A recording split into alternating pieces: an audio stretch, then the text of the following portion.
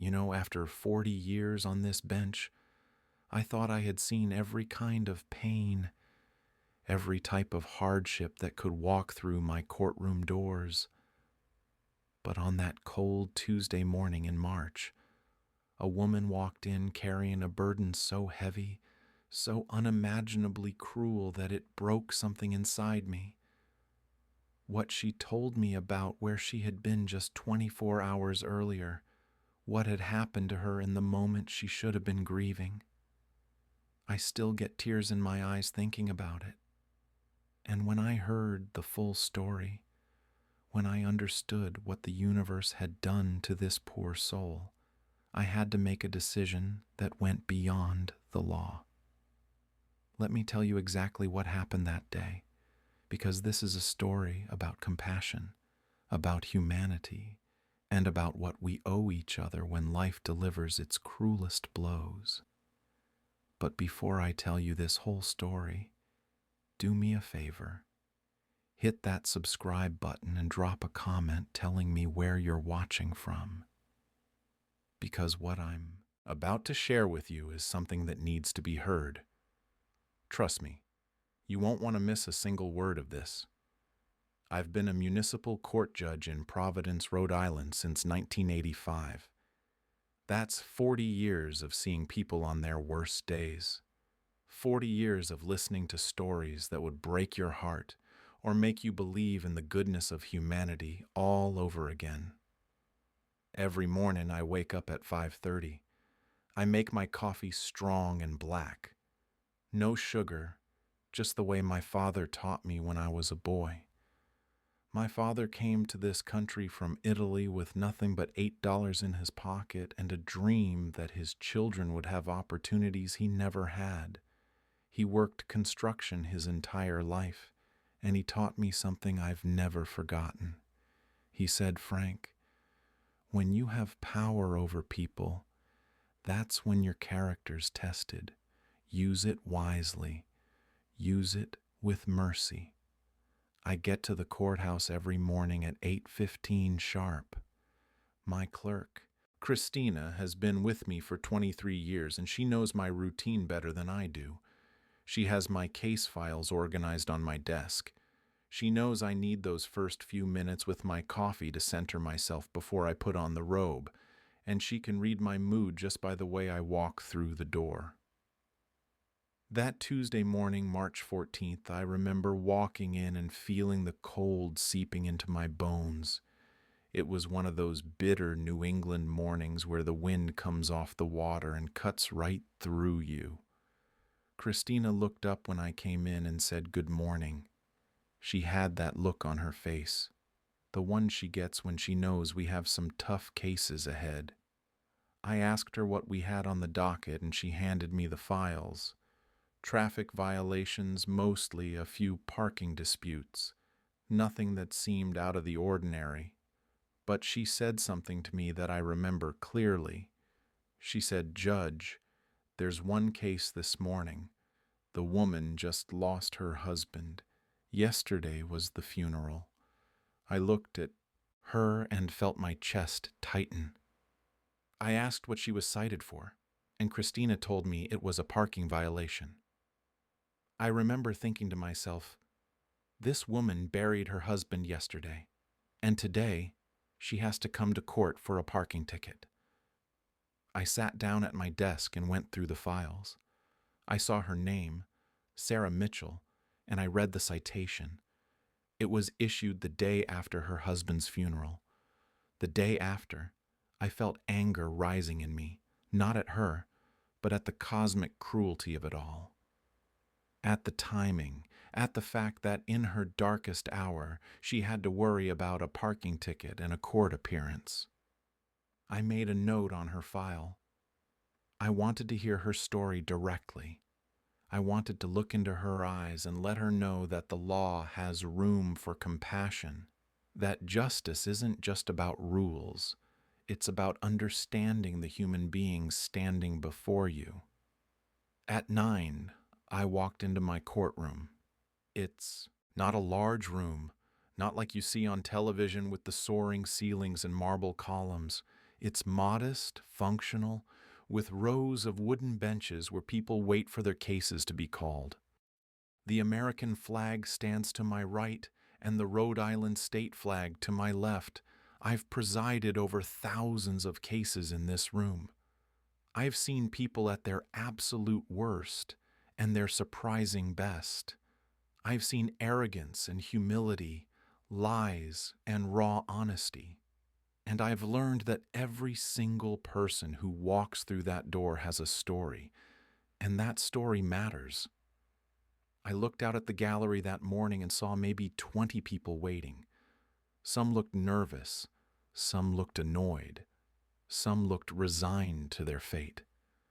My eyes moved across the faces until they landed on a woman sitting in the third row. She was alone. She wore a simple black dress and a cardigan that looked like it had been pulled on without much thought. Her hands were folded in her lap, and even from my bench I could see she was trembling slightly. Her face was pale, and there were dark circles under her eyes that spoke of sleepless nights and endless tears. I knew immediately this was Sarah Mitchell. I started calling cases. I handled a parking dispute between two neighbors who couldn't agree on whose car was over the line. I dealt with a speeding ticket for a young man who swore he was only going 5 over the limit. I listened to excuses and explanations, some genuine, some less so, and all the while I kept glancing at Sarah Mitchell, sitting there so still, so alone, like she was holding herself together by sheer force of will. At 10:45, Christina called her case. "Sarah Mitchell," she announced, and I watched the woman stand up slowly, like her legs weren't quite sure they would hold her. She walked to the front of the courtroom with small, careful steps. When she stood before my bench, she looked up at me, and I saw in her eyes a depth of pain I'll never forget. These weren't the eyes of someone worried about a fine. These were the eyes of someone who had lost everything. I looked down at the citation in front of me. I said, "Mrs. Mitchell, I see here you've been cited for parking in a restricted zone on March 13th. Is that correct?" My voice was gentle. I wanted her to know from my tone that I wasn't here to make her day worse. She nodded and said, "Yes, Your Honor," so quietly I could barely hear her. I asked her to tell me what happened to explain the circumstances, and what she told me next, I'll carry with me for the rest of my life. She took a breath, and I could see her struggling to keep her composure. She said, "Your Honor, March 12th was my husband's funeral. We were married for 32 years. He had cancer. It took him in 6 months." Her voice cracked on that last word, and I saw tears start to stream down her face. She didn't wipe them away. She just stood there and let them fall. I felt my own throat tighten. I've heard thousands of stories in this courtroom, but there's something about a widow's grief that cuts through every defense you build up as a judge, she continued. And I could hear the effort it took for her to speak. The funeral was at St. Mary's Church. My son drove in from Boston. My daughter came from Connecticut with her 2 children. We buried Michael at Swan Point Cemetery, the place where we used to walk on Sunday afternoons when things were good, when he was healthy. She stopped and closed her eyes, and I gave her time. I didn't rush her. In my courtroom, people get the time they need to tell their truth. After the burial, she went on, everyone came back to our house. My house. I can't call it our house anymore, can I? She looked at me with such lost confusion that I felt my heart break a little. People brought food. They told me stories about Michael. They meant well. but all I wanted was for everyone to leave so I could be alone with my grief. By evening, everyone was gone. My children wanted to stay, but I sent them home. I told them I needed to be alone. I leaned forward, listening to every word. I said, "Mrs. Mitchell, I'm so sorry for your loss. Please take your time." She nodded and wiped her eyes with a tissue she pulled from her purse. "That night," she said, "I couldn't sleep. I couldn't be in our bedroom. Everything there reminded me of him. His reading glasses on the nightstand, his robe hanging on the back of the door. I couldn't breathe in there. So, at 2 in the morning, I got in my car and I just drove." I understood that immediately. I've been married to my wife, Joyce, for 48 years. I can't imagine losing her. I can't imagine that kind of emptiness. I nodded for her to continue. "I drove to the places we used to go together," she said. "I drove past the restaurant where he proposed to me 40 years ago. I drove past the hospital where both our children were born. I drove past the park where we used to take them when they were little. And then I drove to the cemetery." She paused and took a shaky breath. "I parked outside the gates. They were closed, of course.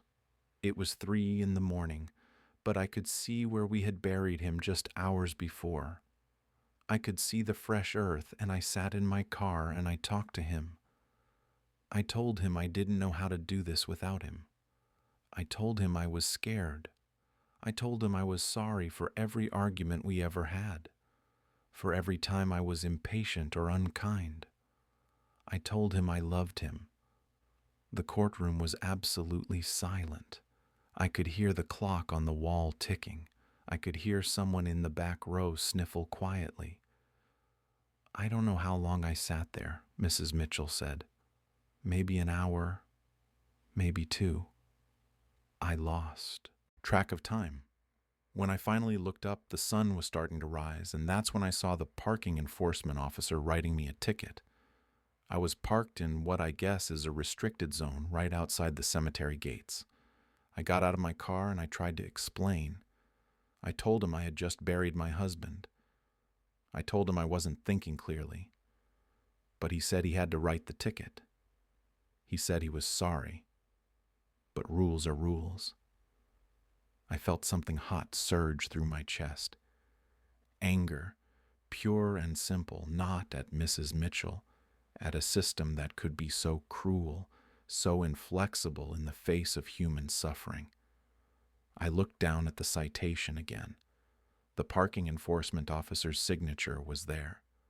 The timestamp showed 5:37 in the morning on March 13th, less than 12 hours after she had buried her husband. I looked back up at Mrs. Mitchell and I said, "Ma'am, let me make sure I understand this correctly. You buried your husband on March 12th. That night, overcome with grief, you drove to the cemetery in the early morning hours to be near him. And while you were sitting in your car grieving, trying to find a way to go on, you were given a parking ticket." She nodded. "Yes, Your Honor," she whispered. "And the fine is $75, which I know isn't a lot of money. But right now, with the funeral expenses and the medical bills we're still paying, it feels like a mountain." I sat back in my chair and I had to take a moment. I've presided over thousands of cases. I've seen people try to manipulate the system, lie their way out of tickets, make up elaborate excuses for why the rules shouldn't apply to them. But I've also seen genuine hardship. I've seen people struggling against circumstances that would break most of us. And I've learned that my job isn't just to enforce the law mechanically. My job is to administer justice with wisdom and mercy. Now, let me pause here for just a second. I need to ask you something. Have you ever experienced a loss so profound that you couldn't think straight? Have you ever been in that place where grief takes over and you just need to be close to the person you lost? Leave me a comment because I actually read them. And if you're feeling this story, if it's touching you the way it touched me, hit that like button for me. I looked at Mrs. Mitchell standing there so small and fragile before my bench. I thought about my own father's funeral 20 years ago. I remembered standing at his grave after everyone had left, not wanting to walk away because walking away meant accepting he was really gone. I remembered my wife finding me there hours later, just standing in the cold, unable to move. I understood exactly what this woman had been going through. I made my decision in that moment. I picked up my gavo, but I didn't strike it yet. I said, "Mrs. Mitchell, I want you to listen to me very carefully. You did nothing wrong. Nothing. You were a grieving widow seeking comfort in the only way you knew how. You were trying to feel close to your husband one more time. That is not a crime. That is not something that deserves punishment. That is human. That is what love looks like when it has nowhere else to go." I saw her eyes widen slightly. I saw hope flicker there for the first time since she'd walked into my courtroom. I continued, "This citation is dismissed. You owe nothing. Not 75, not 75, not one single penny. You've paid enough. You've suffered enough. This court will not add to your burden." I brought the gavel down with a sharp crack that echoed through the silent courtroom. Mrs. Mitchell stood there, and for a moment I wasn't sure she had understood me. Then I saw her shoulders begin to shake. The tears that had been falling quietly became sobs, deep, wrenching sobs that came from the very center of her grief. But I could see they were different now. They weren't just tears of sadness. They were tears of relief, of gratitude, of feeling seen and understood in a moment when she probably felt completely alone in the world. Christina immediately stepped forward with a box of tissues. Mrs. Mitchell took several and pressed them to her face. I waited. I've learned over the years that sometimes people need a moment to let it all out, especially in a place where they thought they'd find more judgment and punishment. When she finally looked up at me, she said something I'll never forget. She said, "Thank you, Your Honor. Thank you for understanding. Thank you for seeing me as a person and not just a case number."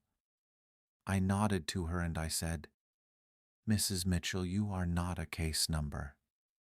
You are a woman who loved her husband for 32 years and lost him too soon. You are a mother and a grandmother doing her best to hold it together when everything is falling apart. That's who you are. And I want you to know something else." I paused to make sure she was listening. "Your husband would be very proud of you coming here today facing this when I'm sure all you wanted to do was stay in bed and hide from the world. That takes courage. You honor his memory with that courage." She smiled through her tears, a small broken smile that somehow held a glimmer of light. "He always said I was stronger than I knew," she whispered. I smiled back at her. "He was right," I said. "Now you go home. You take care of yourself. You lean on your children and your grandchildren, and you take all the time you need to grieve and heal. This court case is over."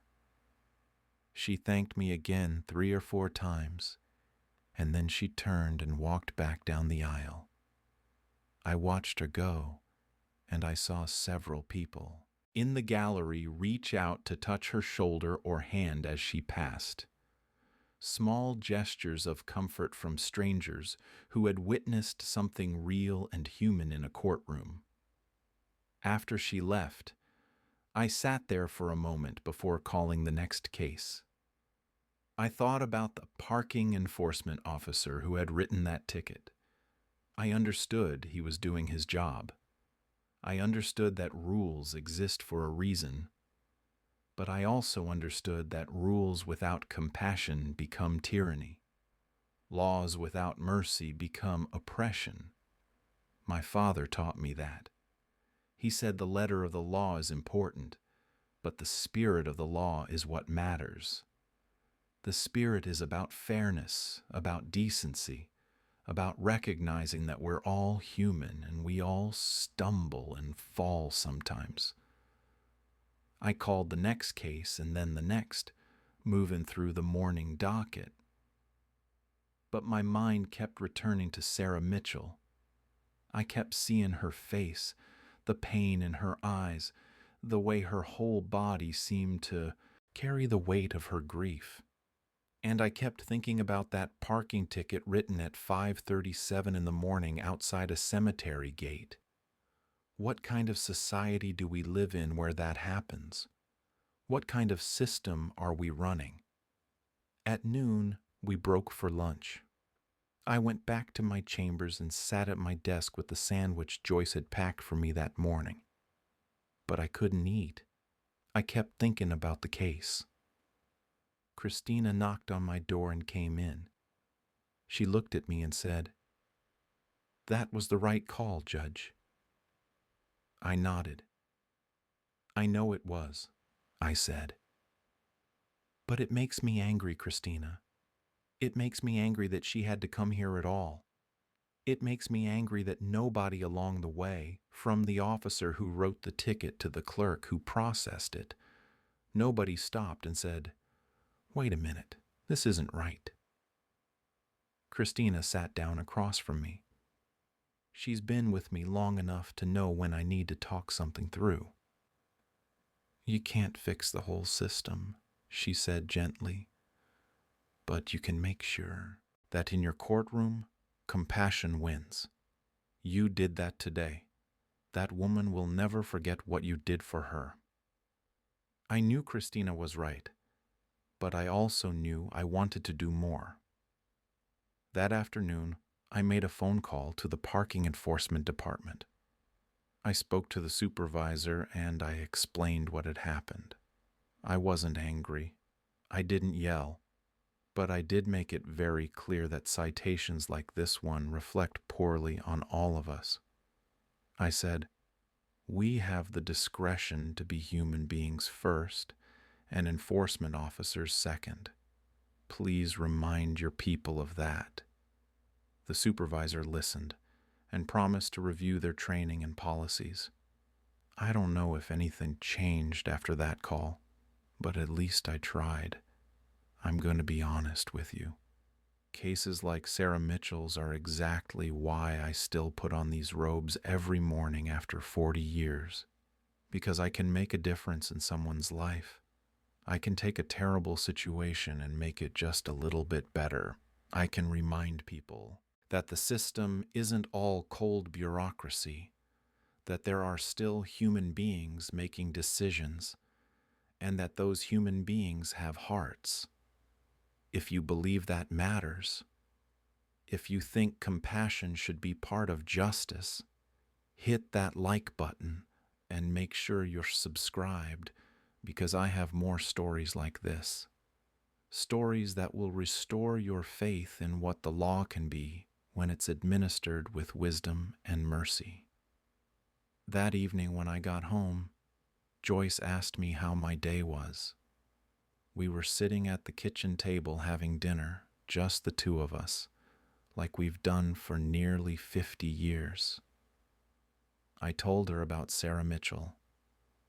I told her about the parking ticket and the funeral in the cemetery. Joyce got tears in her eyes. She reached across the table and took my hand. She said, Frank, that woman needed you today. She needed someone to tell her she hadn't done anything wrong, that her grief was valid, that she wasn't going